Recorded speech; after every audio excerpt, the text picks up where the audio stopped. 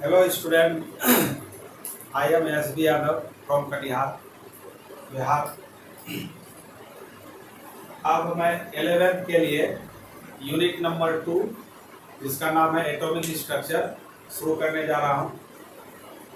तो जिन बच्चों का एटॉमिक स्ट्रक्चर छूटा हुआ है तो ये वीडियो देख करके उसको मेकअप कर लो, पूरा कर लो। तो शुरू करने जा रहा हूँ एटॉमिक स्ट्रक्चर। तो तुम्हारे सामने बोर्ड पर लिखा हुआ यूनिट 2 एटॉमिक स्ट्रक्चर, जिसको हम लोग हिंदी में क्या बोलते हैं, परमाणु संरचना। एटॉमिक मतलब परमाणु, स्ट्रक्चर मतलब संरचना। इसी को स्ट्रक्चर ऑफ एटम भी कहा जाता है, स्ट्रक्चर ऑफ एटम। परमाणु संरचना एक ही बात है, सब एटॉमिक स्ट्रक्चर या स्ट्रक्चर ऑफ एटम सारे एक ही चीज है। तो इसमें सबसे पहले ये जो परमाणु वर्ड है एटम, जिसको एटम कहा गया, तो ये एटम वर्ड आया कहाँ से और सबसे पहले कौन प्रयोग किया था। एटम शब्द का प्रयोग, परमाणु शब्द का प्रयोग सबसे पहले जॉन डाल्टन नामक वैज्ञानिक ने किया था 1808 ईस्वी में। और ये एटम शब्द, परमाणु शब्द लिया एक ग्रीक भाषा का वर्ड है, ग्रीक भाषा का एक वर्ड है एटोमोस। ग्रीक भाषा, ग्रीक वर्ड है। इसी एटोमोस से एटम वर्ड लिया गया, इसी एटोमोस से एटम वर्ड लिया गया, और जिसका मीनिंग होता है इनडिविजिबल। इनडिविजिबल जिसको बोलते हैं अविभाज्य, अविभाज्य। तो एटम का मीनिंग हुआ अविभाज्य। और एटम शब्द सबसे पहले कौन यूज किया था, कौन प्रयोग किया था, तो जॉन डाल्टन। इसलिए एटम का फादर कहा जाता है John Dalton. Father of atom कौन है, जॉन डाल्टन, क्योंकि एटम वर्ड सबसे पहले जॉन डाल्टन ही यूज किया था, इसलिए इसको फादर बोला जाता है। तो इसको पहले लिख लेते हैं। तो हेडलाइन में डालो एटॉमिक स्ट्रक्चर, कॉपी कलम लेकर बैठ जाओ, उतारो। जैसे जैसे हम लिख रहे हैं वैसे वैसे उतारो, नोट्स बनाओ इसका।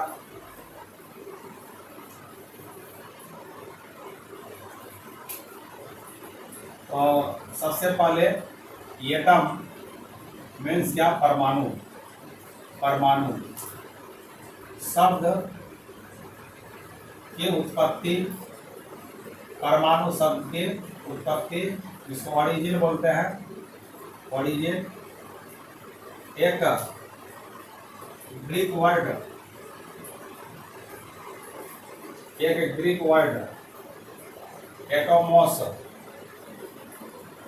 एटोमोस से हुई है, हुई है, जिसका अर्थ होता है, जिसका अर्थ होता है, अर्थ होता है अविभाज्य, इसका अर्थ होता है अविभाज्य, इसको इंग्लिश में इनडिविजिबल बोलते हैं, इनडिविजिबल, इनडिविजिबल। और एटम वर्ड का सबसे पहले यूज कौन किया था, परमाणु मीन्स एटम वर्ड का प्रयोग सर्वप्रथम जॉन डाल्टन, जॉन डाल्टन नामक वैज्ञानिक ने किया था। अतः जॉन डाल्टन को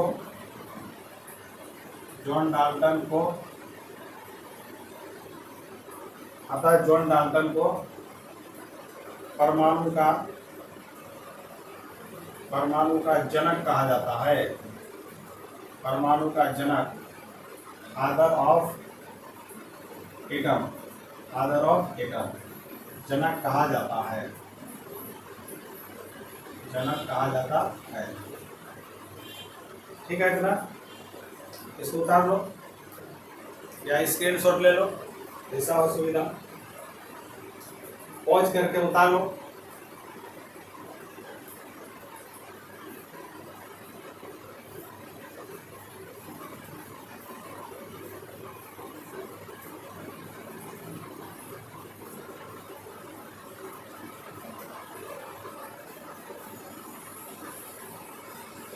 अब है ये एटम वर्ड जॉन डाल्टन के अनुसार क्या था, किसी भी पार्टिकल का सबसे स्मॉलेस्ट पार्टिकल था, किसी भी सबस्टांस का, किसी भी पदार्थ का सबसे अंतिम कण था परमाणु, जॉन डाल्टन के अनुसार। मतलब किसी भी पदार्थ को इतना कटो, इतना कटिंग करो, इतना कटिंग करो, तो जो सबसे लास्ट वाला पार्ट होगा, लास्ट पार्टिकल होगा, उसके बाद उसको हम कट नहीं कर सकते हैं, वो लास्ट कटिंग हो गया, तो वैसे सबस्टांस को एटम कहा जाता है जॉन डाल्टन के अनुसार। मतलब किसी भी पदार्थ का सबसे स्मॉलेस्ट पार्टिकल क्या है, एटम। लेकिन आगे जाकर पता चला कि एटम आर डिविजिबल, परमाणु विभाज्य होता है, एटम डिविजिबल होता है, एटम को बांटा जा सकता है। एटम के अंदर और छोटे छोटे पार्टिकल, जैसे एटम है, इसके अंदर छोटा छोटा और पार्टिकल पाया जाता है, जिसको सब एटॉमिक पार्टिकल कहते हैं, सब एटॉमिक पार्टिकल, सब एटॉमिक पार्टिकल। तो एटम के अंदर सब एटॉमिक पार्टिकल लगभग कितना होता है, 35 होता है। कितना होता है, 35, 32 से 35 बोल सकते हो। एटम के अंदर स्मॉलेस्ट पार्टिकल से होता है। इसका मतलब एटम क्या है, डिविजिबल है। एटम से भी छोटा छोटा पार्टिकल जो उसी के अंदर मिलता है, पाया जाता है, जिसमें तो लोग नाम सुना होगा, इलेक्ट्रॉन, प्रोटॉन, न्यूट्रॉन। तो एक्चुअली परमाणु के अंदर, एटम के अंदर 3 ही मेन पार्टिकल होता है, जिसको फंडामेंटल पार्टिकल कहा जाता है, मौलिक कण कहा जाता है। तो इलेक्ट्रॉन के अंदर 3 ही मेन पार्टिकल होता है, इलेक्ट्रॉन, प्रोटॉन, न्यूट्रॉन। लेकिन यही सब पार्टिकल, इलेक्ट्रॉन, प्रोटॉन, न्यूट्रॉन, अलग अलग पार्टिकल में टूटते फूटते रहता है, अलग अलग पार्टिकल देते रहता है एटम के अंदर। इसलिए इसके आधार पर टोटल सब एटॉमिक पार्टिकल कितना होता है, 35। जैसे एक प्रोटॉन दूसरे प्रोटॉन से कंबाइन करता है इसके अंदर, तो एक सिंगल प्रोटॉन बनाता है, साथ में पॉजिट्रॉन भी बनाता है, साथ में न्यूट्रिनो भी बनाता है, साथ में न्यूट्रॉन भी बनाता है, इस तरह। तो यही प्रोटॉन किसमें किसमें बदला, प्रोटॉन बदला पॉजिट्रॉन में, न्यूट्रिनो में, न्यूट्रॉन में। यही सब पार्टिकल इलेक्ट्रॉन, प्रोटॉन, न्यूट्रॉन ही बदलते रहता है अदर पार्टिकल्स में, जिसको कहा जाता है सब एटॉमिक पार्टिकल, जिसमें टोटल 32 से लेकर 35 तक सब एटॉमिक पार्टिकल एटम के अंदर पाया जाता है, जिसमें electron, proton, neutron, meson, pion, neutrino, anti neutrino, positron, boson, कुछ का नाम दिया गया है, कुछ सब एटॉमिक पार्टिकल का नाम है। इन 35 में से electron, proton, neutron, electron, proton, neutron को परमाणु का क्या बोलते हैं, फंडामेंटल पार्टिकल, फंडामेंटल पार्टिकल, या इसी को कहते हैं एलिमेंट्री पार्टिकल। इसी का नाम है एलिमेंट्री पार्टिकल, इसी को कहते हैं एलिमेंट्री पार्टिकल, मौलिक कण या मूल कण। तो इतना बात को पहले लिखा जाए।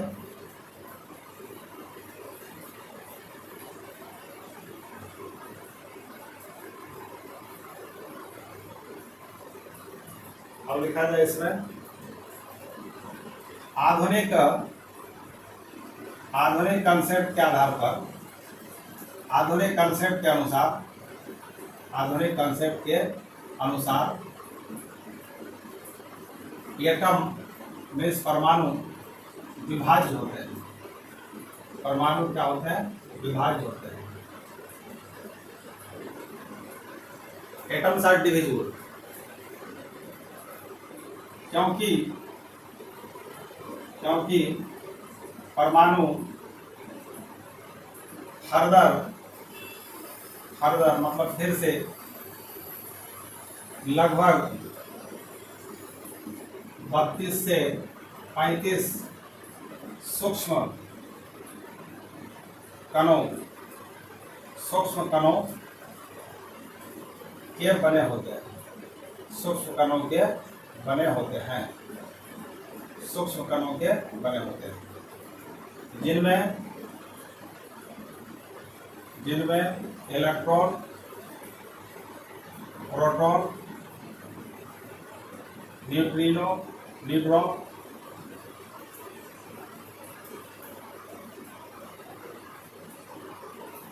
Electron, proton, neutron, meson, pion, neutrino, positron, boson, ETC extra आते हैं।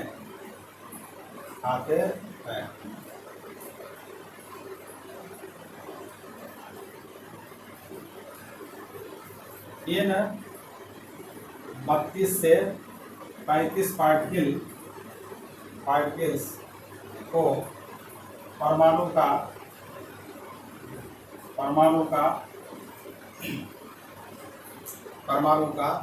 सब एटॉमिक पार्टिकल कहा जाता है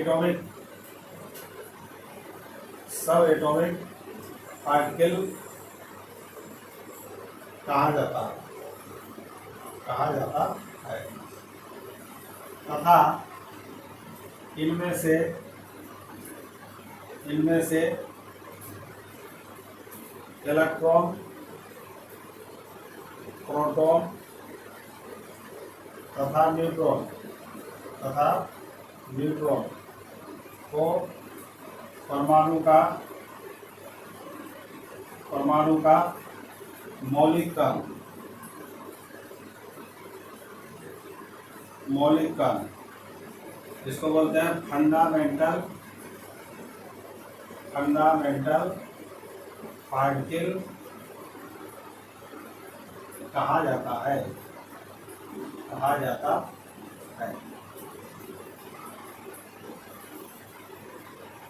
ठीक है, इसको खोज करके उतार लेना।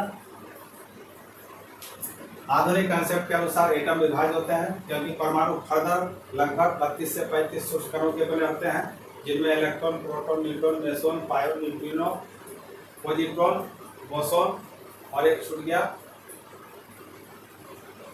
एंटी न्यूट्रिनो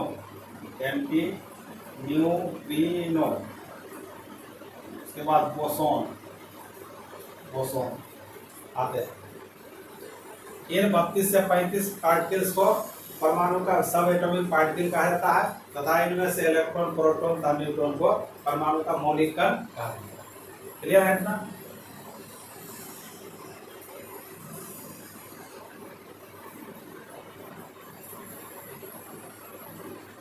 अब इसमें हम लोग को डिटेल पढ़ना है। इलेक्ट्रॉन, प्रोटॉन, न्यूट्रॉन के बारे में डिटेल से पढ़ना है। इलेक्ट्रॉन का डिस्कवरी, प्रोटॉन का डिस्कवरी, न्यूट्रॉन का डिस्कवरी, ये सारा चीज देखना है। तो अब देखना है डिस्कवरी ऑफ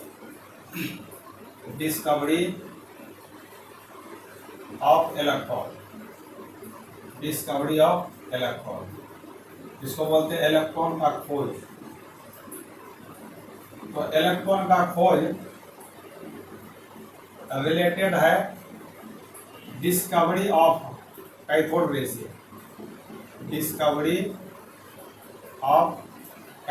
से। रिलेटेड है। कैथोड किरण के खोज से संबंधित है इलेक्ट्रॉन का खोज। और डिस्कवरी ऑफ कैथोड रे किसके थ्रू हुआ है? तो डिस्चार्ज ट्यूब एक्सपेरिमेंट के थ्रू हुआ है। डिस्चार्ज ट्यूब एक्सपेरिमेंट ये रिलेटेड है डिस्चार्ज ट्यूब एक्सपेरिमेंट से। मतलब कह सकते हैं इलेक्ट्रॉन का जो डिस्कवरी हुआ है, इलेक्ट्रॉन का खोज हुआ है, डिस्चार्ज ट्यूब एक्सपेरिमेंट से हुआ है, ये बोल सकते हैं। डिस्चार्ज ट्यूब एक्सपेरिमेंट करते समय कैथोड रे का खोज हुआ, कैथोड रे से ही इलेक्ट्रॉन का पता चला। और इसको हम लोग हिंदी में बोलते हैं विसर्ग नली। डिस्चार्ज ट्यूब को बोलते हैं विसर्ग नली प्रयोग।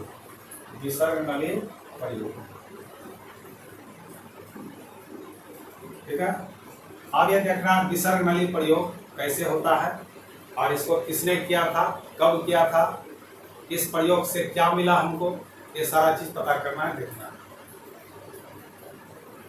तो सबसे पहले 1879 ईस्वी में विलियम क्रूक नामक वैज्ञानिक, विलियम क्रूक 1879 में विसर्ग नली प्रयोग किया था। ये विसर्ग नली प्रयोग कैसे किया था? तो विसर्ग नली होता है क्या? तो ये कांच का ट्यूब होता है, कांच का बना होता है। लगभग 50 से 60 सेंटीमीटर लंबा होता है, कांच का बना होता है।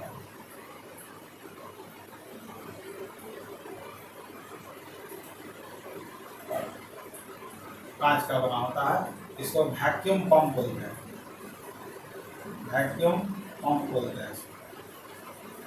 इसकी सहायता से इसके अंदर गैस को भरा जाता है, निकाला जाता है। ये वैक्यूम पंप का काम। इसके अंदर जो गैस भरा हुआ है तो इस गैस के प्रेशर को घटाया जाता है, बढ़ाया जाता है। और इसका एक इंड पर, एक सिरा पर, विसर नली के एक सिरा पर एक मेटल का प्लेट लगा रहता है। मेटल का प्लेट, एक मेटल का प्लेट है और दूसरा सिरा पर दूसरा प्लेट को लगाया जाता है और इसके अंदर गैस को भर दिया गया। कोई भी गैस भर सकते हैं, पहले हाइड्रोजन गैस भर दिया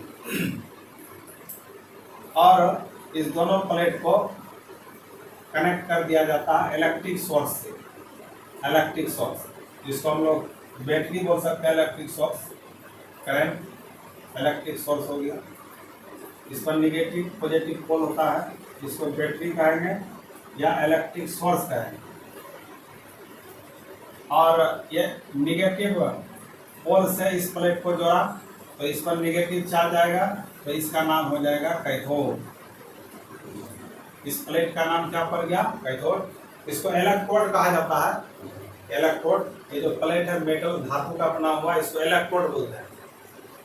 और इस प्लेट को किससे जोड़ा गया? पॉजिटिव पोल से, तो इस पर पॉजिटिव चार्ज आ जाएगा और इसको कहा जाता है एनोड। एनोड कहा जाता है। तो ये प्लेट और ये प्लेट इलेक्ट्रोड का होता है। तो इलेक्ट्रोड का ही दो प्रकार होता है, एक कैथोड होता है, एक एनोड होता है। ठीक है, इतना क्लियर है। अब क्या किया, इसके अंदर गैस भर दिया था और इसके अंदर बहुत लो प्रेशर वाला गैस रखा, मतलब जो गैस भरा बहुत लो प्रेशर का। तो गैस एट लो प्रेशर पर गैस भरा था। इस प्रेशर का वैल्यू था, कितना प्रेशर था? तो 0.01 से लेकर 0.001 मिलीमीटर ऑफ Hg। प्रेशर को मापा जाता है Hg में, इसलिए मिलीमीटर प्रेशर का यूनिट है, प्रेशर का मात्रक है। और Hg स्टैंडर्ड मानकर Hg को लेकर प्रेशर मापा जाता है। तो इतना लो प्रेशर पर ये गैस इसके अंदर भरा है। और ये जो यही है कांच का ट्यूब है, इसी का नाम है डिस्चार्ज ट्यूब। इसी को बोलते हैं डिस्चार्ज ट्यूब। इसको विसर्ग नली कहा जाता है, विसर्ग नली। इस तरह सबको अरेंज कर दिया गया। कैसे कैसे अरेंज किया? एक कांच का ट्यूब लिया, इसको डिस्चार्ज ट्यूब कहते हैं। इस ट्यूब के एक सिरा पर एक प्लेट रखा, दूसरा सिरा पर दूसरा प्लेट रखा और दोनों प्लेट को इलेक्ट्रिक सोर्स से जोड़ दिया। तो निगेटिव पोल से जिस प्लेट को जोड़ा तो उसका निगेटिव चार्ज, उसका नाम कैथोड पड़ा। और जिस प्लेट को पॉजिटिव पोल से जोड़ा उस पर पॉजिटिव चार्ज, इसका नाम एनोड पड़ा। और लो प्रेशर पर गैस इसके अंदर भर दिया और क्या किया, यहाँ से हाई वोल्टेज का करंट, इस बैटरी से 10,000 वोल्टेज का करंट इसमें प्रवाहित किया। इसके अंदर यहाँ से 10,000 वोल्टेज का करंट निकला, इसके अंदर आया। तो ऐसा करने पर क्या हुआ, ये जो कैथोड प्लेट है, कैथोड प्लेट के सरफेस से, सतह से कुछ अदृश्य किरणें निकलकर एनोड की ओर सीधी रेखा में गमन किया। और एक बात क्या था इसमें, ये जो डिस्चार्ज ट्यूब है, इसके अंदर लेयर, किसका लेयर चढ़ा दिया था? तो एक केमिकल होता है zinc sulphide. Zinc sulphide screen बोला जाता है। तो जिंक सल्फाइड का स्क्रीन का लेयर कर दिया था सबसे डिस्चार्ज ट्यूब के अंदर सतह पर। तो इधर से इस कैथोड प्लेट से कुछ किरणें निकलकर इधर गया। उससे पहले जब 10,000 वोल्टेज का करंट पास किया तो ये जो डिस्चार्ज ट्यूब का ये सतह है अंदर में, ये चमकने लगा। कैसा चमक दिया? ग्रीन ग्लो दिया, ग्रीन ग्लो। मतलब हरा कलर का चमक दिखाई दिया, चमकने लगा, हरा कलर का चमक दिखाई देने लगा। इसका मतलब इसमें कुछ होने लगा, कुछ घटना हो रहा है। Clark Brooks sorry William Brooks बोला इसके अंदर कुछ घटना हो रहा है, क्रिया हो रहा है। तो क्या क्रिया हो रहा है? तो देखा कि इसके कैथोड प्लेट से कुछ किरणें निकलकर इधर जाकर टकरा रहा है। तो कैथोड किरण जैसे टकराया तो इससे एक प्रकाश निकलने लगा, चमक दिखाई देने लगा। किस कलर का? हरा कलर का, हरा चमक, हरा चमक जिसको बोलते हैं ग्रीन ग्लो। तो इसके आधार पर विलियम ब्रूक बताया कि कैथोड की सतह से कुछ अदृश्य किरणें एनोड की ओर सीधे रेखा में जाता है। तो इसके आधार पर इस किरण का नाम रख दिया, ये जो किरण है, ये रे है, इस रे का नाम रख दिया कैथोड रे। क्या नाम रख दिया? Cathode ray. तो इस तरीका से कैथोड किरण का खोज कौन कर दिया? William Brooks. कब क्या था? 1879 ईस्वी में। तो इसको स्क्रीनशॉट ले लो या पोज करके उतार लो, उसके बाद इसके बारे में लिखा देते हैं। हो गया इतना सा।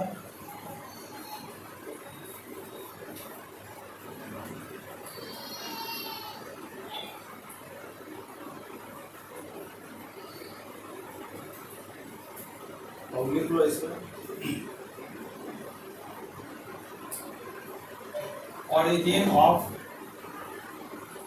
origin of cathode ray। Cathode ray, cathode किरण, कैथोड किरण की उत्पत्ति, कैथोड किरण की उत्पत्ति कैसे हुआ? कैथोड किरण का उत्पत्ति ओरिजिन कैसे हुआ? वही विलियम ब्रूक्स किया था। किस एक्सपेरिमेंट द्वारा किया? डिस्चार्ज ट्यूब एक्सपेरिमेंट द्वारा किया। इस एक्सपेरिमेंट में क्या किया कि डिस्चार्ज ट्यूब के दोनों एंड पर, दोनों सिरा पर दो प्लेट रख दिया और दोनों प्लेट को इलेक्ट्रिक सोर्स से जोड़ दिया और उस डिस्चार्ज ट्यूब के अंदर लो प्रेशर पर गैस को भर दिया और 10,000 वोल्टेज का करंट, हाई वोल्टेज जिसको बोलते हैं, हाई वोल्टेज का करंट दिया। तो डिस्चार्ज ट्यूब के एक सिरा पर ग्रीन चमक दिखाई पड़ा। तो इस चमक के आधार पर बताया कि कैथोड प्लेट से कुछ अदृश्य किरण निकलता है जो एनोड की ओर सरल रेखा में गमन करता है। उस अदृश्य किरणों का नाम रख दिया कैथोड किरण। इसी बात को लिखना। तो 1879 ईस्वी में, 79 ईस्वी में विलियम ब्रूक नामक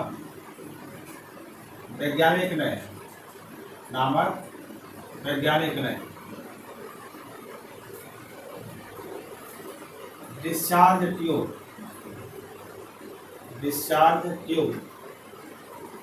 एक्सपेरिमेंट, डिस्चार्ज ट्यूब एक्सपेरिमेंट जिसको कहते हैं विसर्ग नली प्रयोग, विसर्ग नली प्रयोग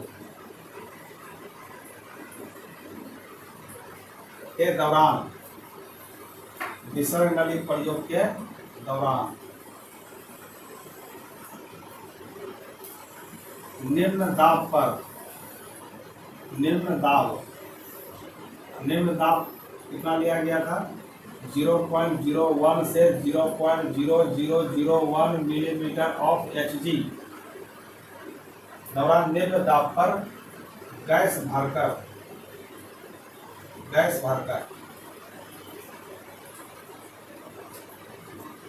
उच्च विभव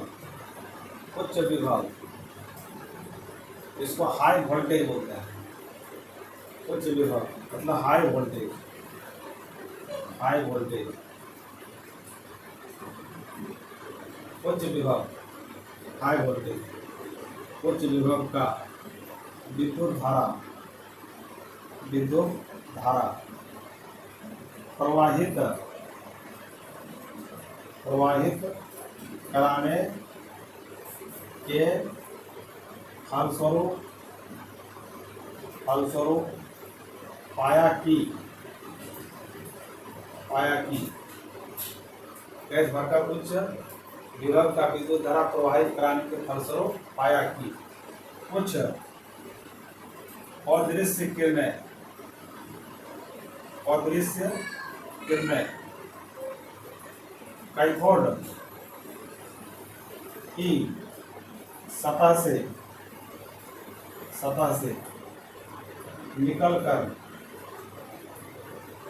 निकलकर सीधी रेखा में एनोड की ओर गमन करती है।